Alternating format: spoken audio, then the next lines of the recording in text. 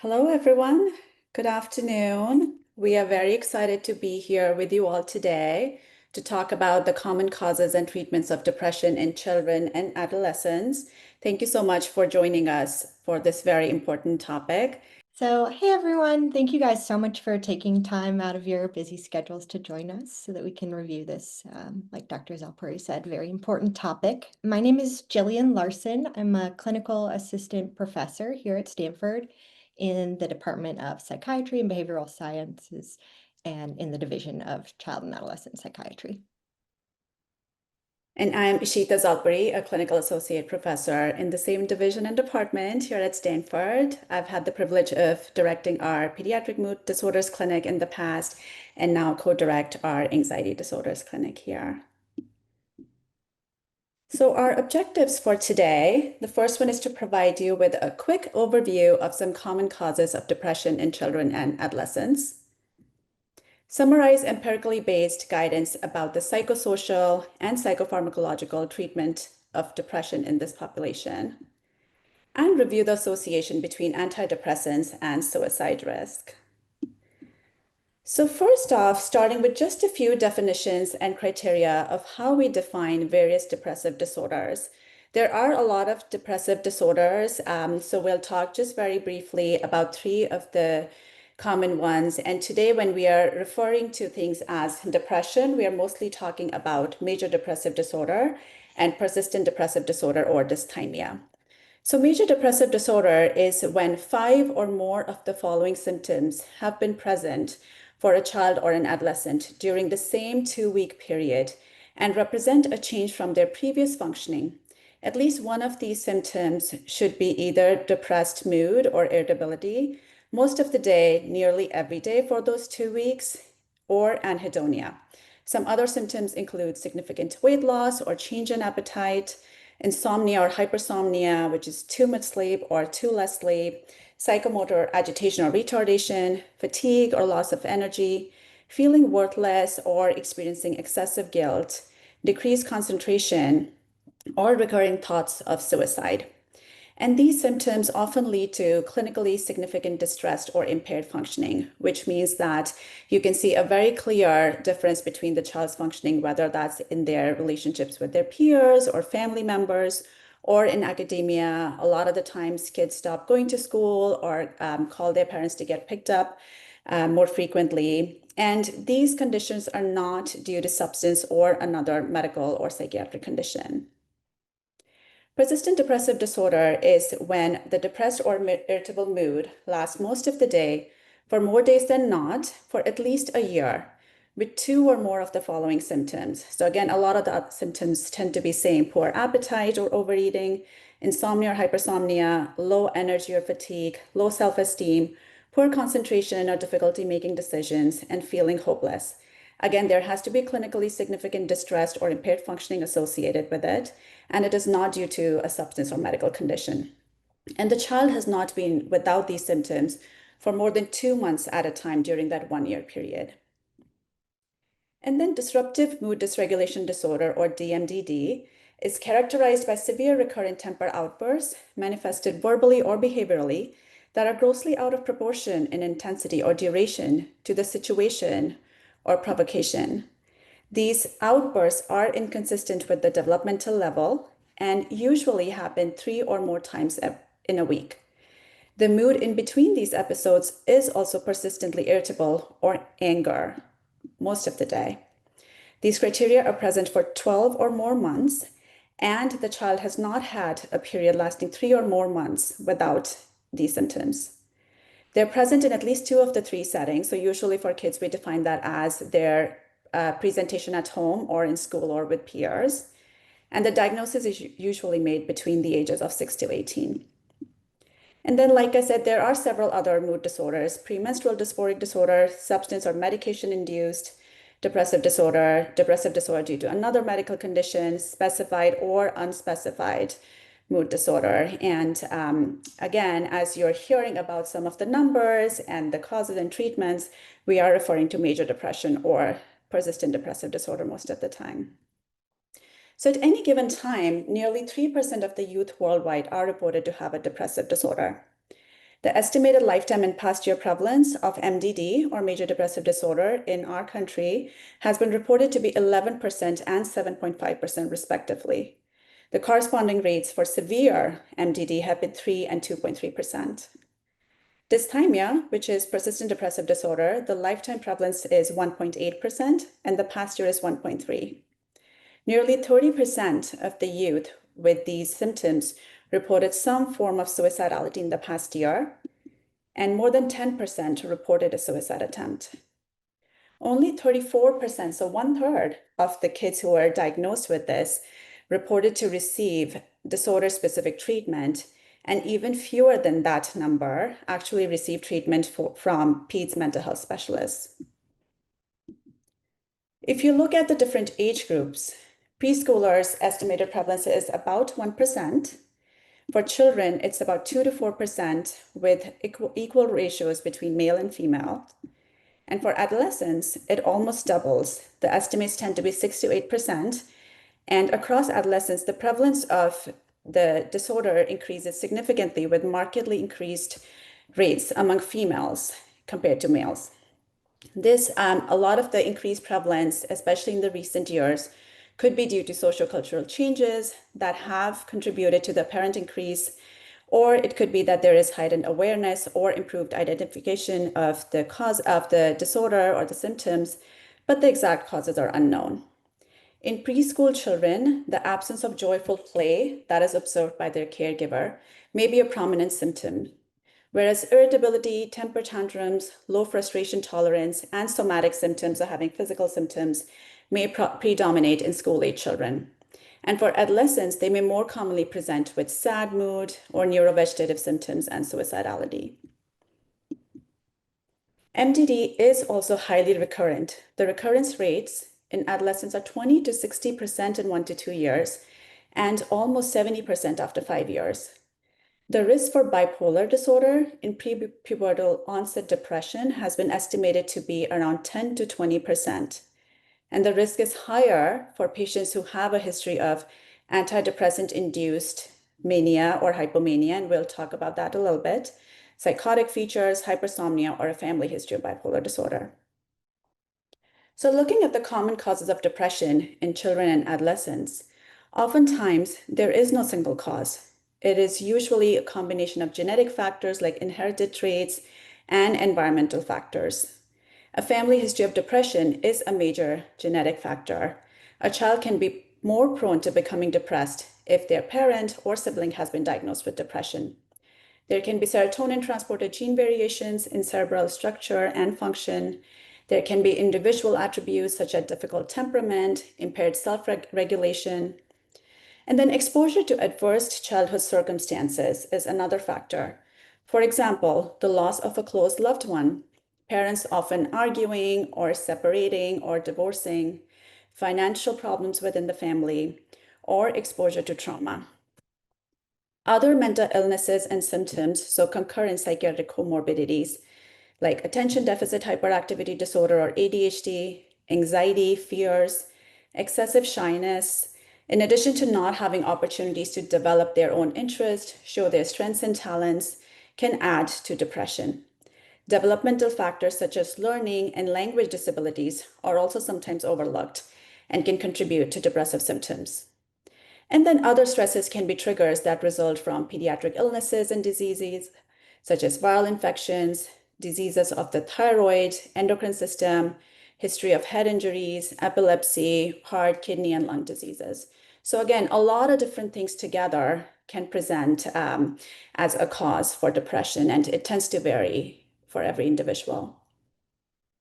So why treat youth with depression? Why even bother knowing how complicated it can be? Well, of course, it impacts their interpersonal relationships, their relationships with family members and peers. They can fall behind in academia. It can lead to more complications within the family dynamics. There is risk of comorbidity. Chronicity can lead to further problems, whether that's with substance use or anxiety. 30 to 50% of the depressed teens attempt suicide. and impact of depression on the developing brain, there is less likelihood of responding to depression treatments over time. So untreated depression, the longer it goes on, the harder it becomes to treat. And it can lead to permanent structural changes in developing brain if it is not treated adequately. So next we'll look briefly at a case vignette. A 14-year-old Asian American female, Kay, presents to your office with her parents. Parents report that since starting high school, Kay has been looking more down, tired, fatigued. She's not as bright and cheerful as she used to be. Upon further questioning, the patient notes that she falls asleep around midnight, and even though she's in bed by 10 p.m., she's usually on social media for a couple of hours. Given that the commute to this new high school is longer, she barely gets enough time to eat her breakfast in the morning. Parents are worried if she's depressed and if they could be doing more to support her.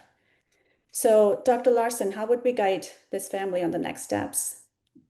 So that is what we're going to talk about, is if a patient shows up in your outpatient clinic, in your office, or in the community, if you come across these kind of kiddos and it's their first time presenting with symptoms of depression, what do we do?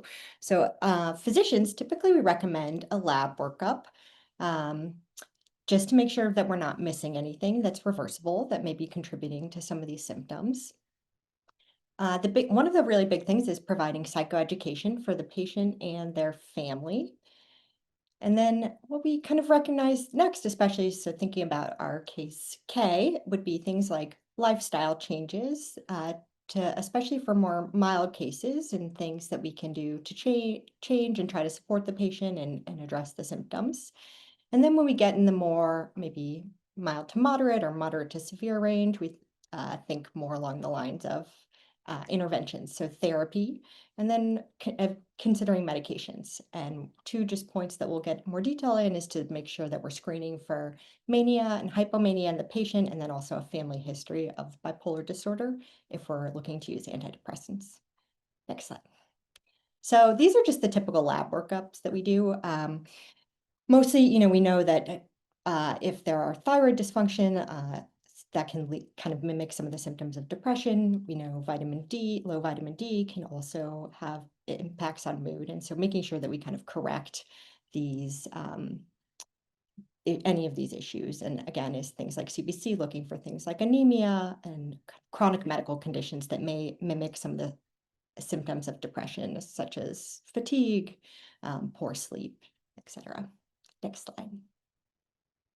So this is, I think, a really helpful way to kind of think about the different buckets, like what are we dealing with? So once you've made a diagnosis of depression, so thinking more along the lines of MDD or PDD, first step is really the psychoeducation and treatment planning.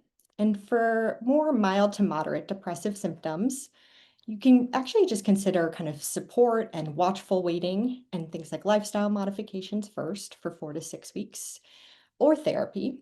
If it's more moderate to severe symptoms, we recommend beginning at minimum kind of evidence-based therapy, or if that's not available, thinking about a medication trial.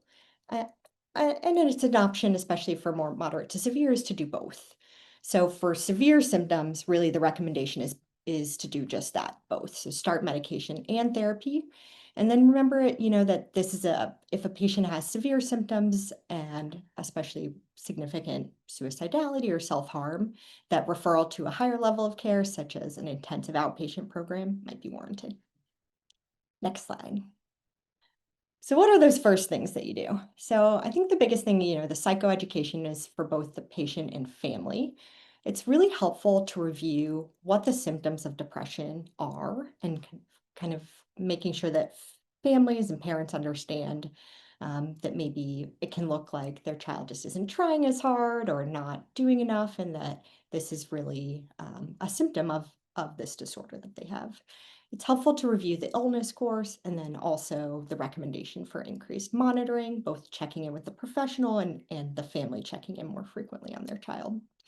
I also think it's always helpful to just make sure we frame this as this is a medical issue, this is an illness and not a weakness. It's not something they can just try harder to get over. And the first thing we recommend for everybody is really lifestyle changes. So thinking of that case vignette Dr. Zalpuri mentioned, is these are kind of things like increasing physical activity, improving diet, and then a huge one, especially for adolescents, is sleep. And when we think about sleep hygiene, I think hopefully a lot of you know what those look like, but um, it's things like limiting caffeine in the afternoon, not taking daytime naps, making sure they're not spending a lot of time in their bed except to sleep. And then I would say the number one biggest one for teenagers is limiting phone use in the period before bed and overnight. And if you have a teenager or have spent any time with them, I'm sure you know that they are quite attached to their phones. They want to sleep with them right next to them. Often they're afraid to miss out on things. And so it's really helping them to understand the importance of prioritizing sleep and setting kind of limits on the phone use or really any screen. And especially as teenagers get older, is making sure that we are setting a limit for when they finish schoolwork as well, because again, computer screens are going to contribute to the same issues.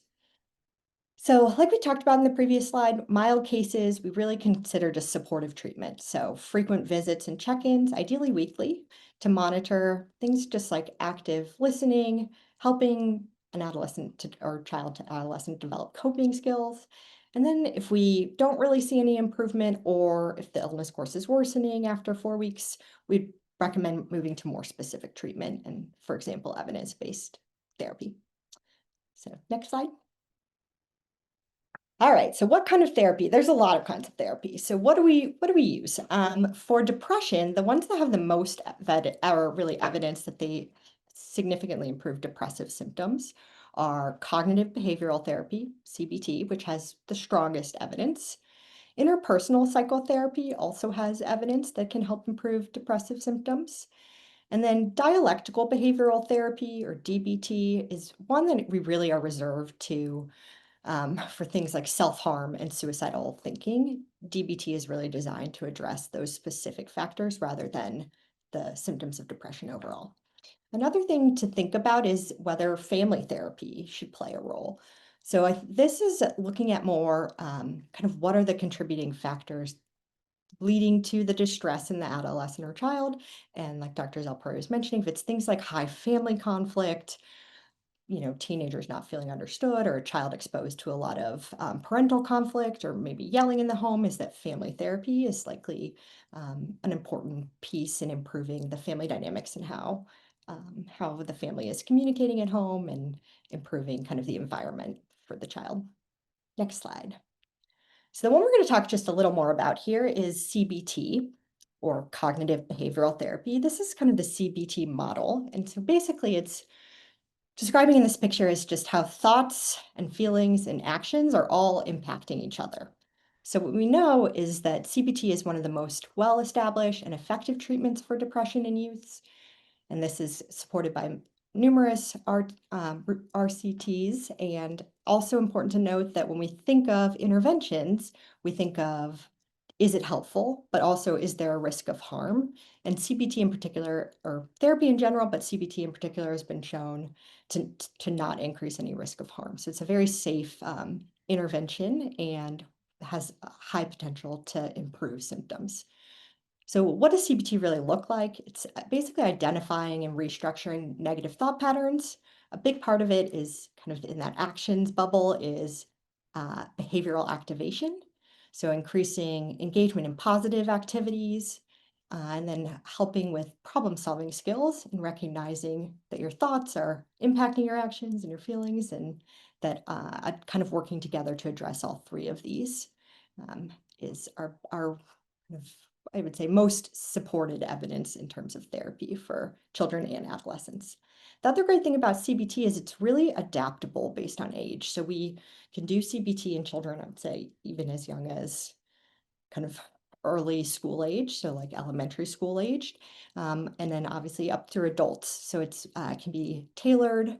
And one thing to note is that for younger children, it often involves parents more. And then it's really about another kind of core component is the skill building. So what are the coping strategies, emotional regulation, and social skills?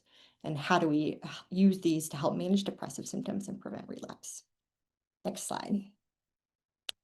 All right, back to our case vignette. Okay.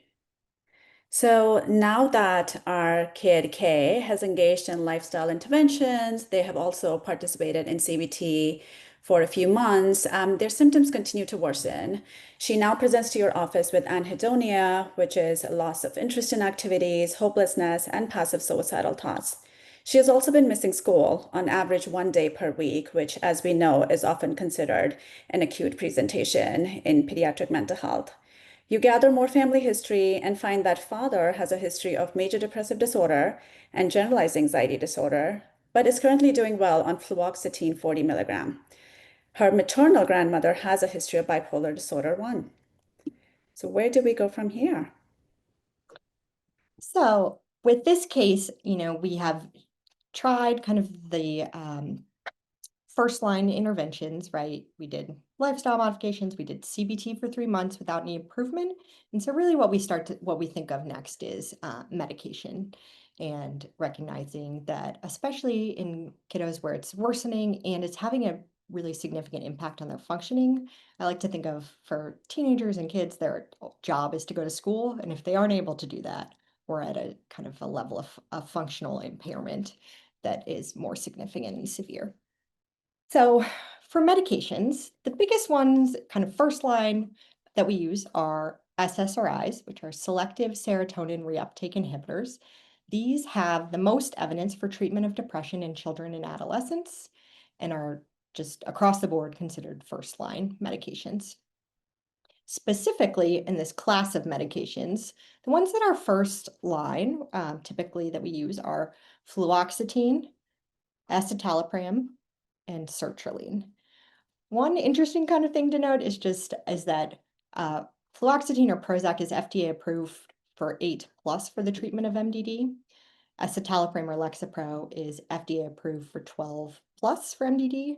And sertraline, or Zoloft, does have an FDA approval for anxiety in children. It is, despite not having an FDA approval for MDD, it is generally considered first line. And then just to note, these are other SSRIs, are fluvoxamine, citalopram, and paroxetine. Next slide. So this is really just, we're not going to go through kind of all of the data, but just to give you a sense of where are we getting this data, that why we say these are the medications we use first line. And really these are looking at RCTs that had positive responses that separated from placebo for children and adolescents.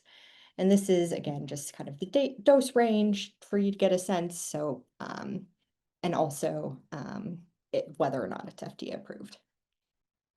And I think just to highlight, for Paxil at the bottom here, is one that we really do not use, I would say, in pediatric populations, though it can be still is sometimes used in adults. Next slide. So what happens when we start an SSRI? There are some really common side effects that we definitely want to make sure patients and families understand, and that we talk about kind of what to expect.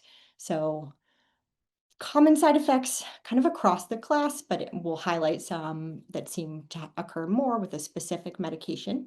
So nausea, stomach ache, diarrhea, GI symptoms are more common in sertraline and fluvoxamine than the other medications. Headaches, we see a little bit more with fluoxetine. All of them can cause either some fatigue or hypersomnia, or insomnia and nightmares. We can see either weight loss or weight gain. And then in particular with fluoxetine, we see initial anorexia, so kind of appetite suppression when we first start the medication. All of them can cause sexual side effects. They can cause increased sweating. And then this is, I would say, one, we don't see it causing issues clinically very frequently, but just to keep in mind, especially if we have any kiddos with underlying medical conditions, with that where we would be more worried about kind of bleeding risks, is that it can cause functional platelet aggregation impairment, and so easy bruising or lowered clot time. Another thing that we look out for are kind of hyperarousal. So things like agitation, increased anxiety or irritability, or kind of symptoms of activation, which is more common, let's say, with fluoxetine. Fatigue, and then this complaint of kind of feeling numb. So one thing to note is just many of the side effects, especially any of the GI or things like headaches, improve in 1 to 2 weeks.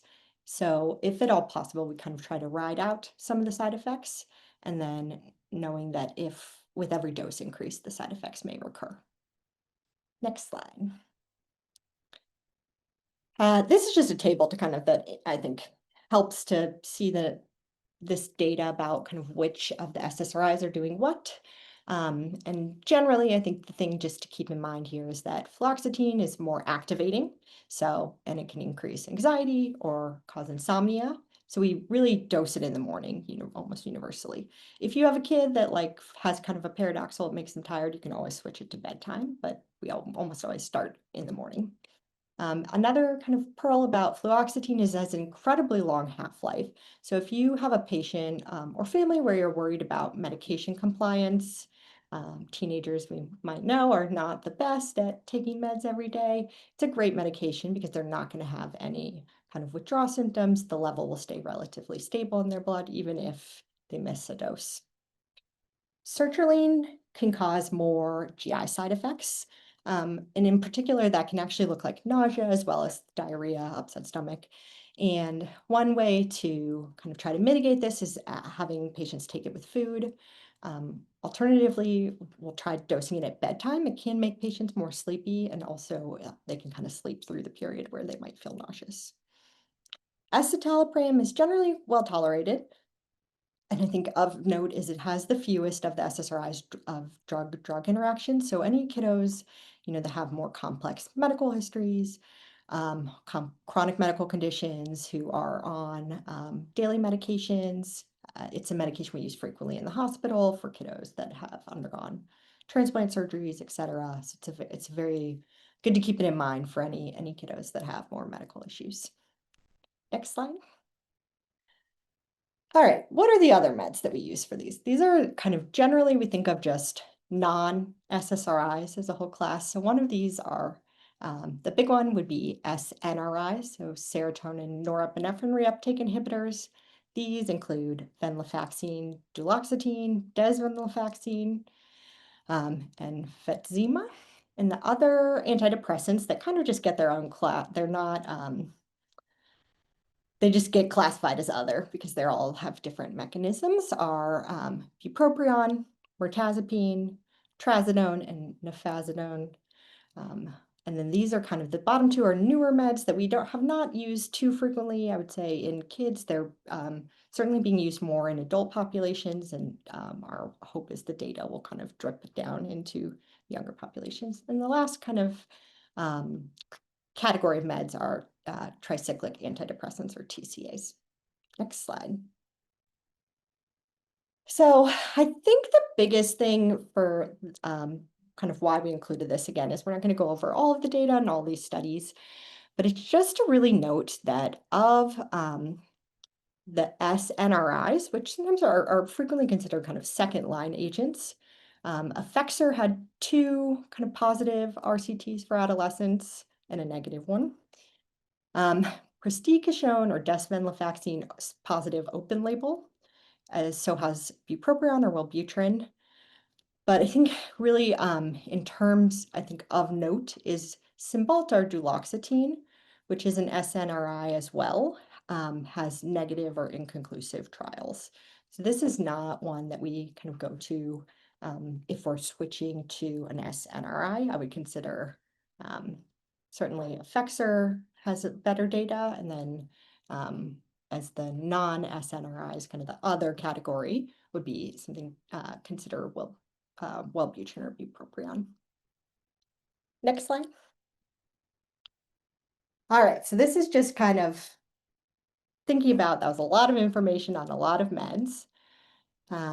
So SSRIs really have the most evidence for treatment of depression in children and adolescents. The first line, just to review, is fluoxetine, escitalopram, and sertraline. The goal when you're using these medications is to treat to remission, so which means kind of no symptoms for more than 2 months.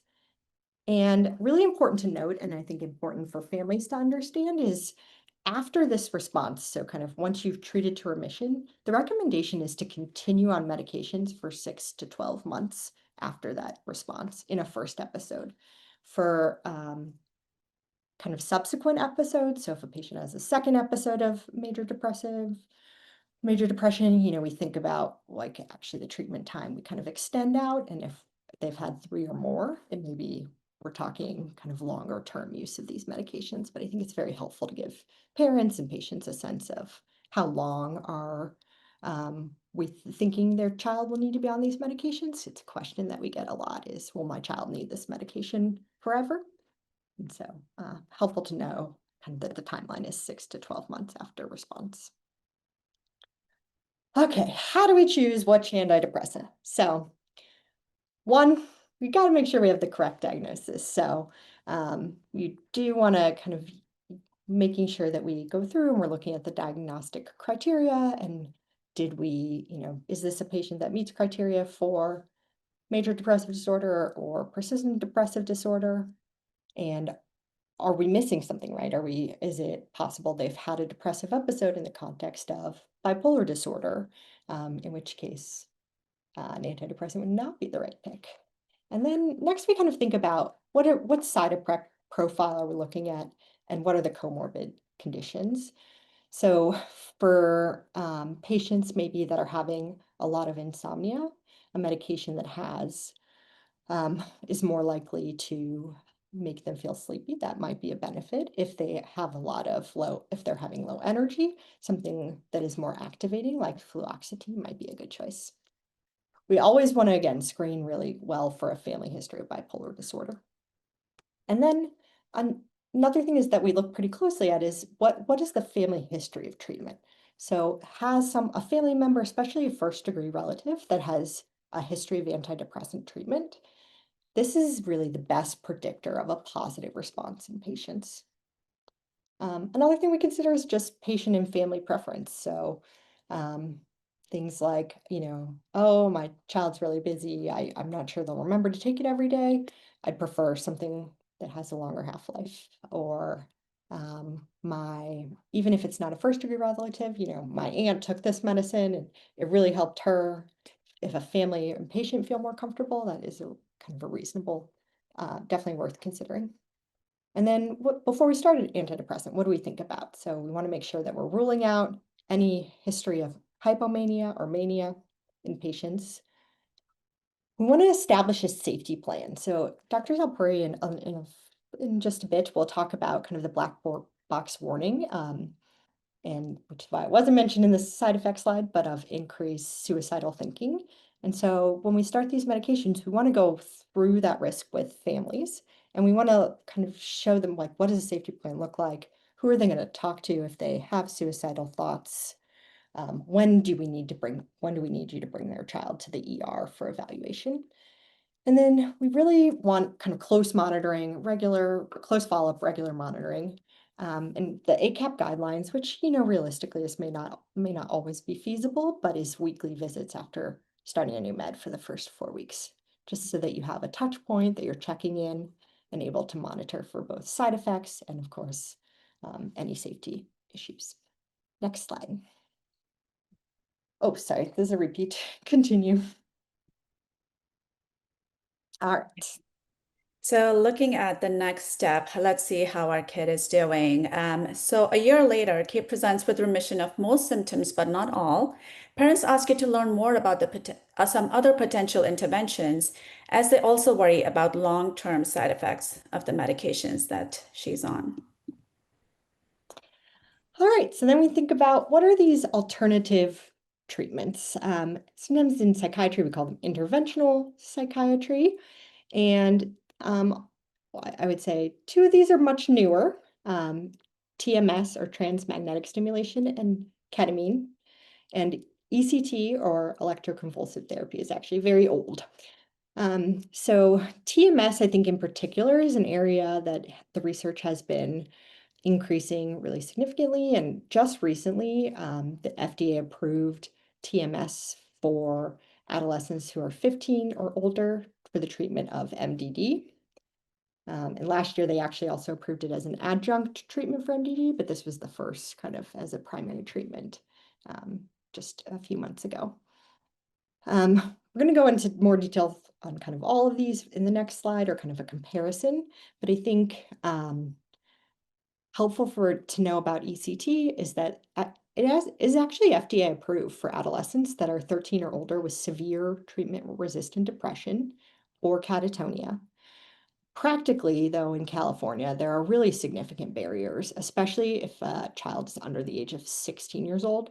16 to 17, there's a little bit more flexibility and ease of access. They treat them a little more like adults in accessing ECT. But for under 16, it has to be classified as an emergency situation, and ECT is deemed a life-saving treatment. This is very high barrier, hard to get for depression in particular. It is actually even very difficult for us to get for kids that are catatonic, that have catatonia, that aren't responding to medications. It also requires an unanimous certification by a board of three separate child psychiatrists. So either board certified or board eligible child psychiatrists that have separately evaluated a patient. So as you can imagine, practically, this is a pretty significant barrier to overcome. And then ketamine, a lot of kids we talk about, I've had the number of teenagers that have asked me about ketamine for depression seems to be on the rise. But just to note is that ketamine currently is only FDA approved for adults in the treatment of depression. Next slide. All right, so this I think is just a little easier way to kind of talk about these three kind of more novel, or well, other than ECT, I guess, old, but interventions and more interventional psychiatry options. So what does TMS look like? They kind of wear this cap that has these little electrodes. They're not, it's much faster to place than, say, when you think about kids that have had an EEG, it looks much different. It's just kind of a cap that goes over their hair. It is magnetic pulses that stimulate the prefrontal cortex. It is FDA indicated for MDD, and really specifically treatment-resistant depression. So its onset mechanism of onset or action is 2 to 4 weeks, and the data is reasonably strong. So, and this is thinking of patients that have treatment-resistant depression, so they've already failed at least 2 medication trials, and the response rate is 50 to 60%, with 30 to 40% achieving remission. What it actually looks like is a little more complicated. So especially for, I think, children or adolescents in this case, is that it's every day or 5 days a week for 4 to 6 weeks.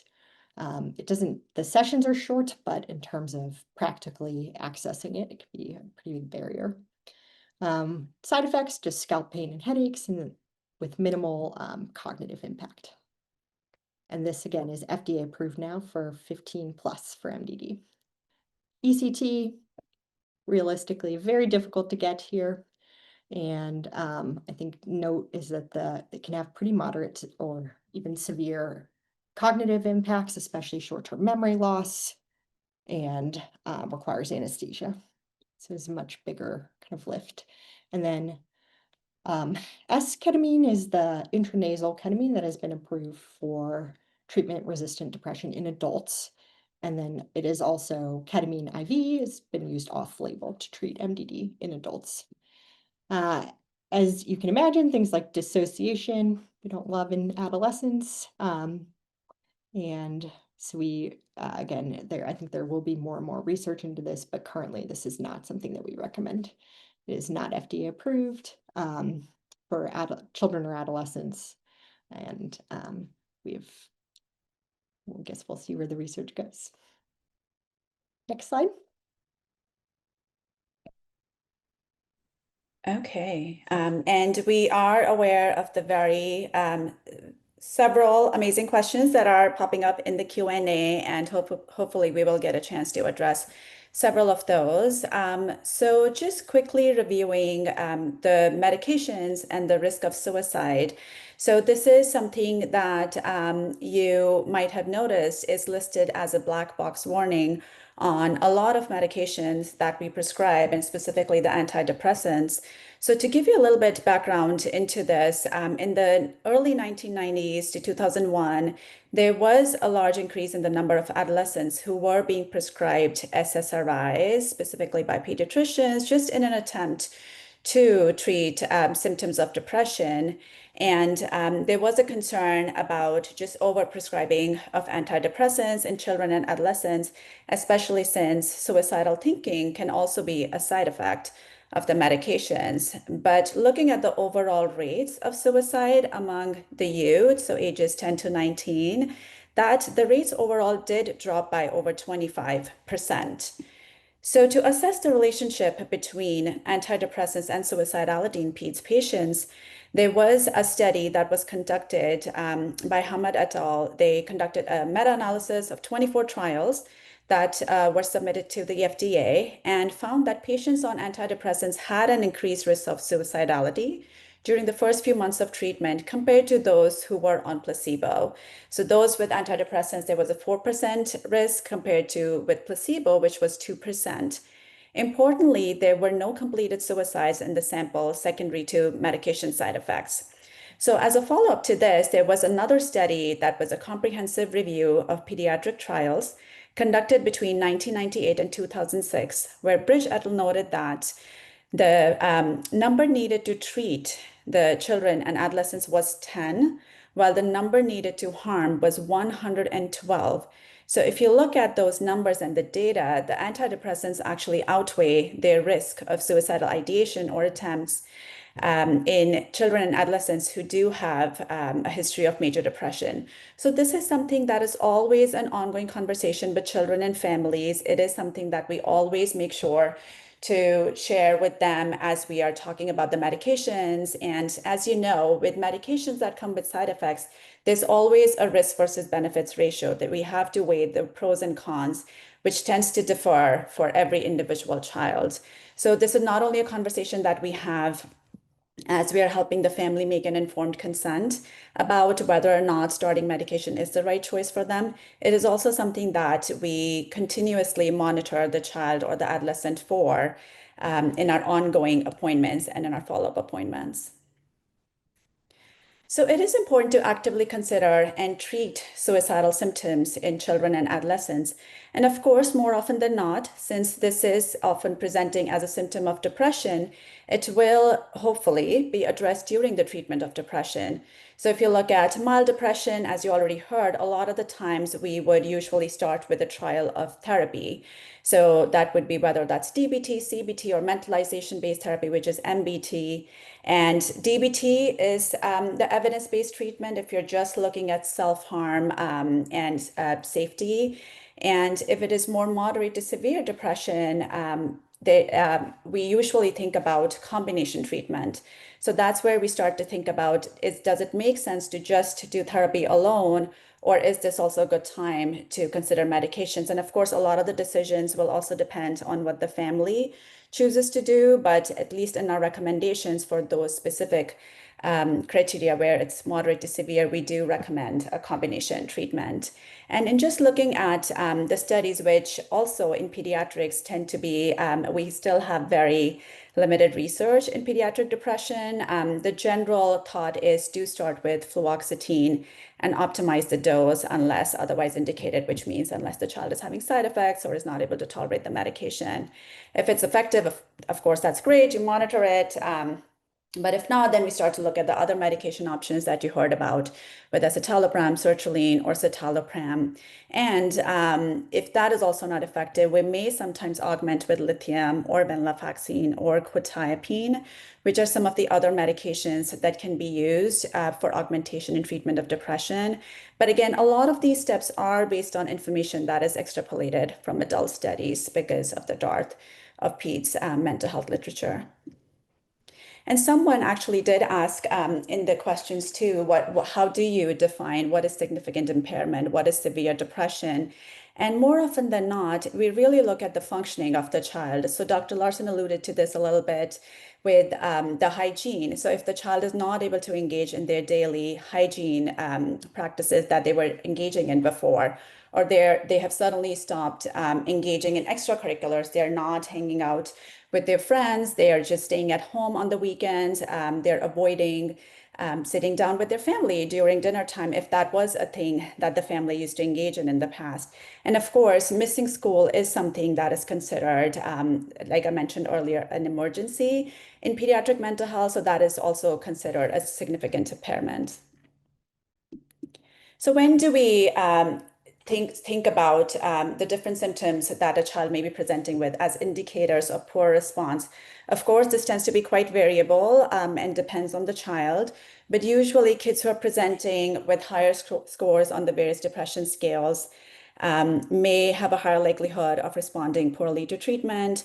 If there are other comorbid conditions that are not adequately treated, so especially if there are things like ADHD or trauma that has not been assessed yet, that may impair their improvement in symptoms. Anhedonia is often associated with poor response, suicidal thoughts and attempts, hopelessness, poor functioning, which I just talked about a little bit, and then insomnia, just not being able to sleep well.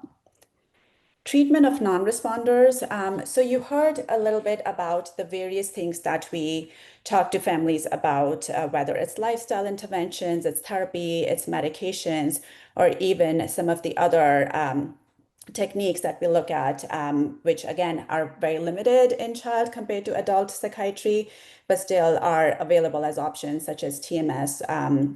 And you heard a little bit about other interventions as well. But what do you do if the child isn't responding despite all these treatments? Well, it is really important to go back to the basics and reassess diagnosis. Is this even the right diagnosis? Yes, the child may be presenting with symptoms of depression, but is this really major depression? Or are we missing something else that might be going on here?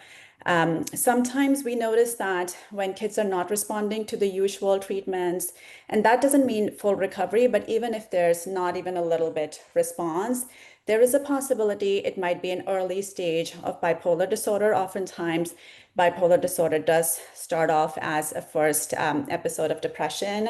So in some cases, we might even consider, after we've tried the usual protocol with medications, we might even consider mood stabilizers such as lurasidone as augmentation, or just the only medication to see if the child might respond to that. Of course, checking for treatment compliance. We often do what's called gentle assumption whenever we see kids.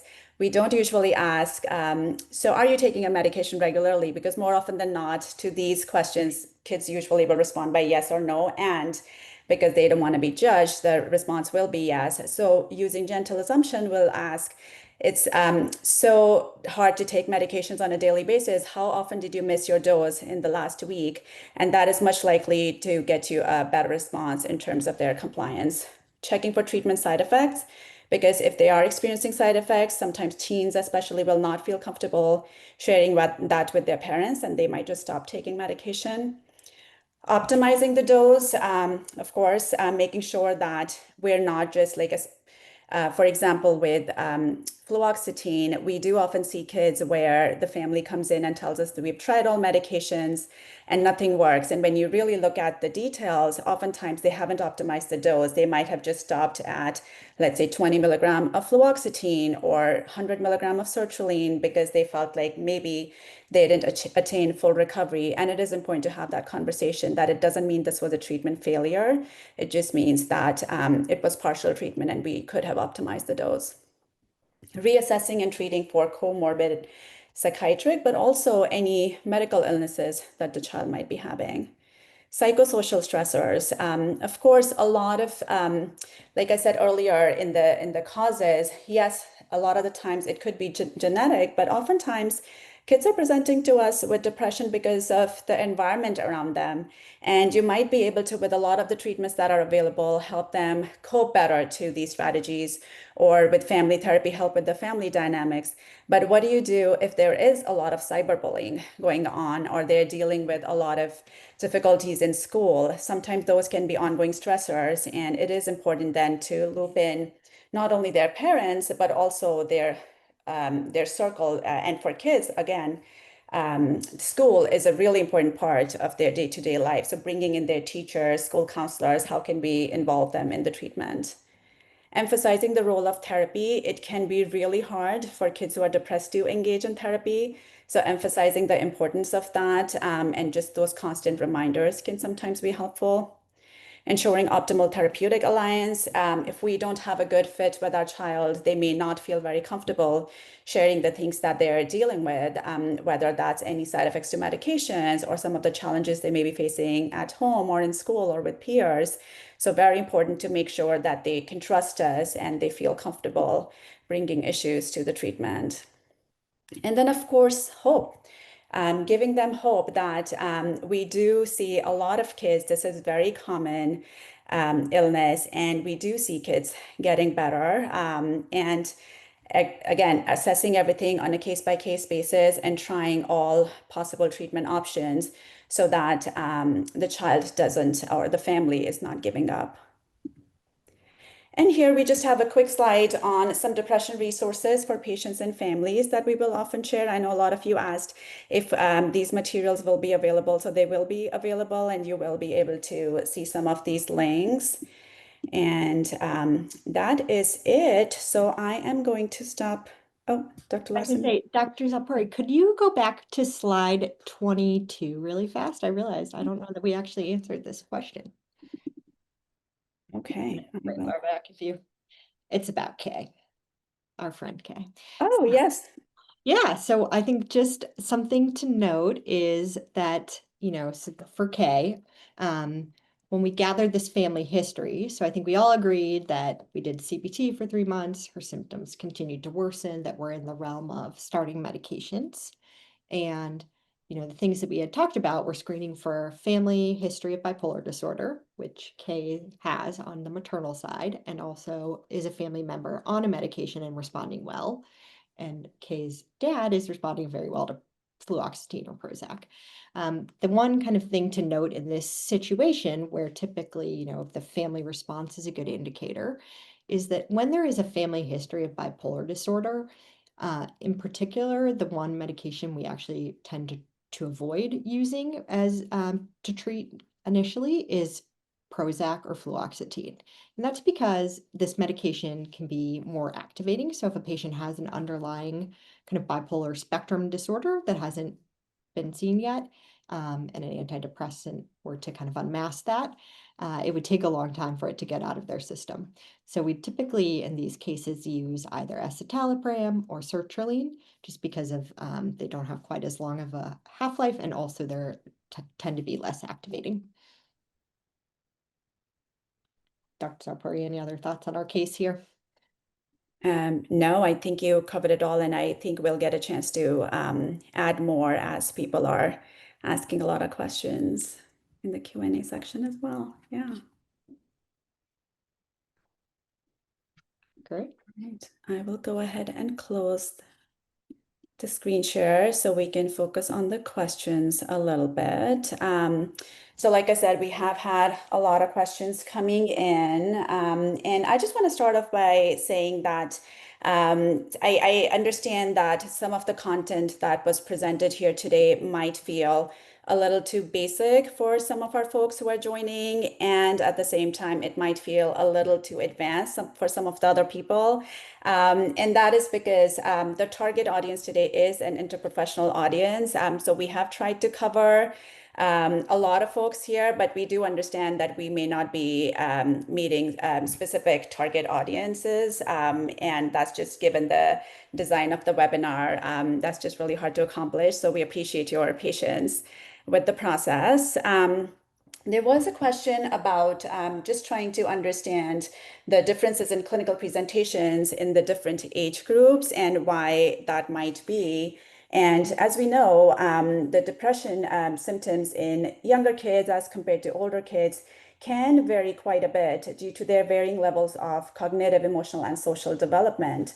So the vocabulary of a younger child may not be as advanced as an older child, and they will often present as with physical symptoms. So stomach aches, headaches, these are some of the things that they will often present with just because they don't know how else to communicate better. It's harder for them to really understand what it means to be sad or depressed or irritable. Whereas for older teens who have much more advanced cognitive, emotional, and social development, it is easier to engage in some of those conversations. There was another question about the need to assess for chronic trauma. This is such a good question. And this can become quite complicated depending on the type of trauma and the severity of trauma. So the question was, to what extent do you assess for chronic trauma? Would or how would chronic trauma experiences affect the course of treatment? So we do, in our initial assessment, always ask about trauma. And not surprisingly, there are times when we don't hear about the trauma until much later in treatment. So that is why when we were talking about reassessing diagnoses, making sure we're not missing other things, comorbid illnesses, we do have those conversations from time to time because treating chronic trauma is actually really important. It may not be a priority when you're first starting to treat the symptoms of depression, as you might be looking to address the presentation that they're coming in with more acutely. But over time, treating trauma, whether it is with therapy or a lot of the medications that we use for depression, can also help with some of the trauma symptoms. It does become important, and it is a very important part of the treatment. The next question was about side effects and the need to disclose side effects to the families when starting the medication. Dr. Larsen? Yeah, so we always, with any medication or really any intervention, we want to have an informed consent discussion with the patient and with the family. We definitely want to talk about side effects. I would say, we want to give them a heads up and make sure that they understand, but also really kind of highlighting, I think in particular, that a lot of these side effects occur kind of in the course of initiating a medication, which the change in dose, and many improve with time. And so not trying to, you don't want to scare them into, I think if you read all the side effects for all the meds, you might never take any med, but really making sure that they have kind of are providing informed consent and understand kind of what side effects might look like and what the risks are that are associated with the intervention. And I think this is actually kind of related. There's another question about what do we do with teenagers and parents, and can teenagers consent for depression meds? And the answer, unfortunately, in California is no. So teens can consent to therapy without parental involvement or parental consent, but medications for the treatment of depression we must have parental consent to be able to start a medication. Typically, when we have adolescents, I would say, that are worried about disclosing depression. Really, oftentimes in clinical practice, the parents are the ones that are maybe noticing more that something is wrong than even the teenager, or certainly even with children more commonly. And then I think the best thing to do is just really have this kind of open discussion and kind of talking with your patient about why it's really important to bring the parents in, and that we're looking to get them more support to maybe alleviate some of the stressors that are contributing to their low mood, and that we want to make sure that they have access to treatment. So, things like if you have in-person therapy and you need your parents to drive you, or for medication, certainly to have parental consent. So I think it's really helpful to just kind of work through with adolescents, like what are their concerns? Why are they fearful about sharing this with their parents? What is it that in particular that they're worried about their parents knowing about? And then also making sure that if there are any safety concerns, we like to always talk about with kids in the beginning, is that Most of what we talk about here is confidential, and if there are acute safety concerns, that's something we're going to have to bring your parents in on. And so I think having that discussion kind of on the front end can be really helpful. Yeah, so informed consent again is really important in treating children and adolescents, and we call it assent when we're talking to the child or to the teen, and even for younger kids, we always make sure that we're sharing a very age appropriate language information, even with the younger child. And of course, it's also sometimes more complicated if the child is coming from a divorced family where both parents may have differing views on how they would like the treatment to be and next steps. So a lot of those conversations do take a lot of time and effort, and are things that we often do. It is not uncommon for us to see families for multiple sessions before they even agree to starting the medication. Moving on to the next one, what would be your drug of choice for an overweight patient with associated eating disorder and underlying depression? Ooh, so this is a great question. So for, I think one of the big questions is what are the disordered eating behaviors? Um, so one thing that we know is that for the kind of the medications we think of that are more weight neutral or that may even lead to some weight loss of the antidepressant category are fluoxetine and bupropion or Wellbutrin. With bupropion in particular, we're very careful when kids have active eating disorder symptoms, in part because there is a increased risk of basically seizures, of lowering the seizure threshold with the use of bupropion. And if you have a patient with an active eating disorder, particularly if they are purging, you are also increasing the risk of seizures. So we really like to avoid that together. If a kid, I think, is overweight and has an issue more like a binge eating disorder, certainly, and depression, we often will treat with an SSRI, in particular fluoxetine. But then we also look at, if there is a comorbid condition like binge eating disorder, something like Vyvanse, which is FDA approved for binge eating disorder. Is this the route to go?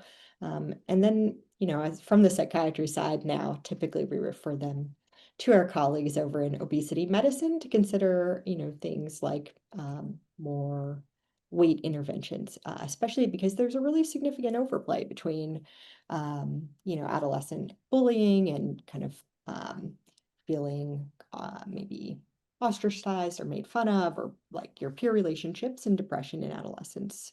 So making sure that we're optimizing kind of their health and um, nutrition and also treating the underlying depression. Yeah.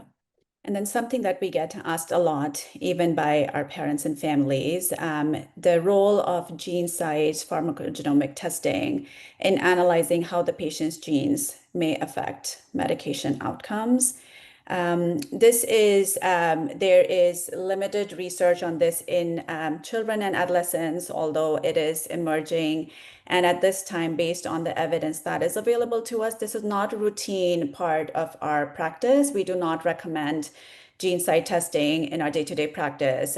If the family wants to get it done, and oftentimes we see families who are already coming in with the results, we do go over that with them and basically just explain that the main information that we can get from that testing is how fast or slow a child is metabolizing a medication, and that can sometimes help us think about which medications they might be more prone to having greater side effects if we were to go higher on the doses. But again, it is not something that is recommended at this point. There's a really good question in the chat about depression and the role of our society.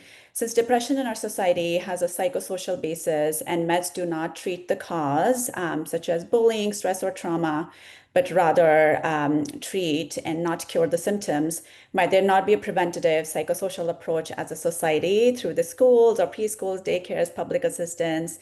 And such a great thought. And absolutely, prevention is what we always aim for. And there are a lot of psychiatrists and therapists and mental health clinicians, even at Stanford, who engage in a lot of community work. We have specialists who are specifically located in schools or are consultants with schools and do a lot of work with awareness and how parents can support their children, how peers can support each other, and how schools, teachers, counselors, the admin can support children so that we're not dealing with as many psychosocial stressors. Of course, it's a work in progress, and it is something that will take ages to really, if we're thinking about fixing the situation. But I even had the pleasure of meeting with some psychiatrists from Europe a few weeks ago, and they are moving towards prioritizing interventions in the school setting because, again, that is where the child spends most of their time. And given how the education system works here and already the school is struggling with funding, it is definitely something that we hope will continue to improve. There is another question about outlining in a bit more detail when to start medication with therapy. The attendee has asked, previously, I feel the thought was to start meds to help with therapy and then try to discontinue medications. Is this no longer the school of thought? Yeah, that's a great question. So I think, again, when we think of mild depression, we often think of really as therapy alone, and some of that is that the level of functional impairment is pretty minor, and their ability to engage in therapy is hopefully preserved. If we get to more moderate, I think this is the one where it's a little hard to say, do we really want to encourage meds and therapy or one or the other? And it's a bit, it's, I think, really just a discussion with the patient and the family and kind of a shared decision. So often, in moderate, either therapy or meds would be appropriate. Some of it is about access, if we can get them into evidence-based therapy more quickly, and then that is a really reasonable option. And some of it's just like family and patient preference. If a kid is saying, I'm really struggling, like I want to do whatever I can to get better, like as fast as possible. And typically we'll do both. And then for more severe depression, the recommendation is to do both medications and therapy. And what we know kind of from studies is that the combination is most effective, particularly in these more severe cases.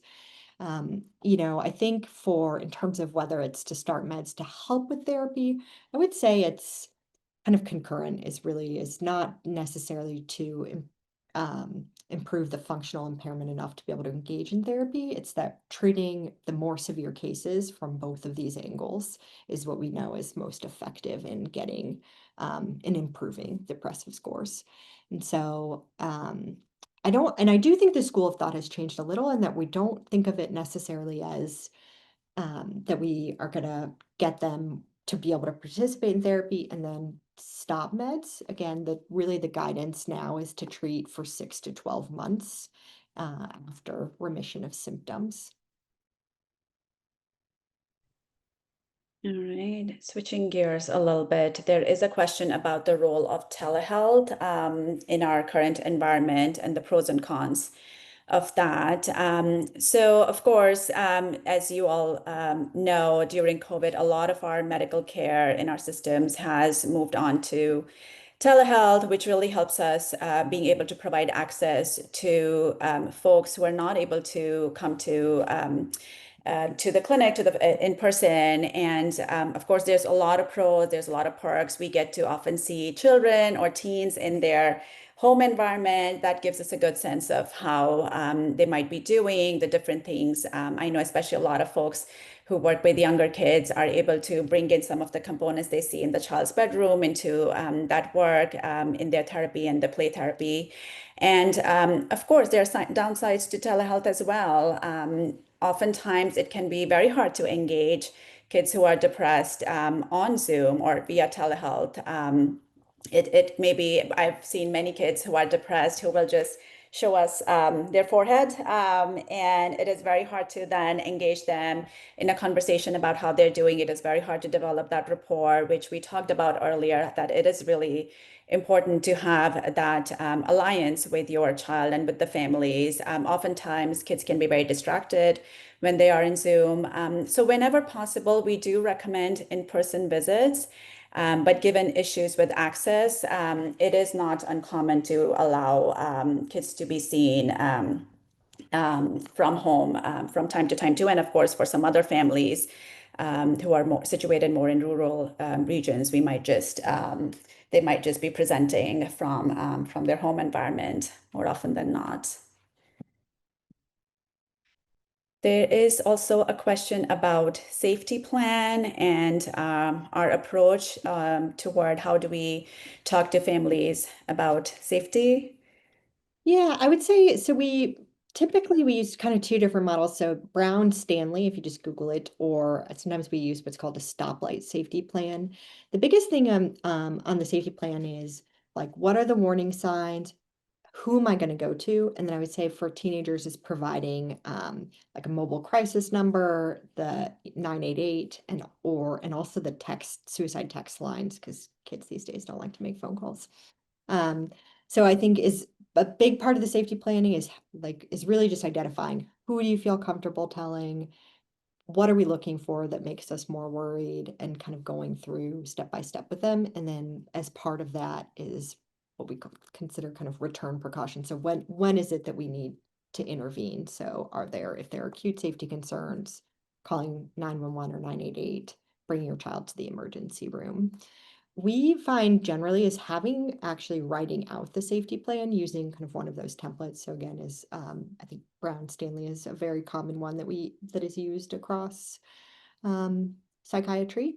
And it's, I think, very helpful to give them a written copy. Usually we actually print like several, so they could keep one on their fridge, one in their room. And just again, is that when they're feeling really bad, it has kind of what are things that I can do? What are things other people can do? Who do I go to? And what are these crisis numbers? And it's just making sure that there's a plan in place because again, when you're feeling really low or having kind of these thoughts, it's hard to think through like, what should I do to feel better? And so kind of planning ahead can be really beneficial. And definitely always asking families about guns at home or even for the child having access outside the home is an important part of our conversation. I think too is and safety proofing. So if there's concern about suicidal thoughts or self-harm is things like locking up medications all over the counter and prescription, having the parents administer medications for kids where you're prescribing an antidepressant, and exactly things like sharps and certainly firearms. Yeah, access to means is something that if you remove the access to means, it does lower the suicide risk by quite a bit. So it's definitely for kids where we're really worried about them being higher risk. That is a conversation we always have with the families. There was a question about a recent study from the European Heart Rhythms Association about the use of antidepressants and sudden cardiac death. And again, that this is something that came out just very recently, and the study had looked at patients 18 and over. So there was not a lot of, the study was not really looking at younger kids, but there was a report of the increase in the significant risk with exposure to antidepressant use, and the risk was higher after somebody was on the medication for over 5 years, 5 to 6 years. So this is something that the child psychiatrists recently have been talking about a lot as well, and looking into it and what does this mean for our population. And in the meanwhile, the practice is to, again, continue with the same philosophy of informed consent, sharing this information with our families before they're making a decision, and the risks and benefits. And again, families who generally have a history of sudden cardiac death are where we might think of a different approach for those kids and the medication. But again, it just becomes part of our day-to-day practice of having those conversations with the families and weighing the risks and benefits of starting medications for those patients.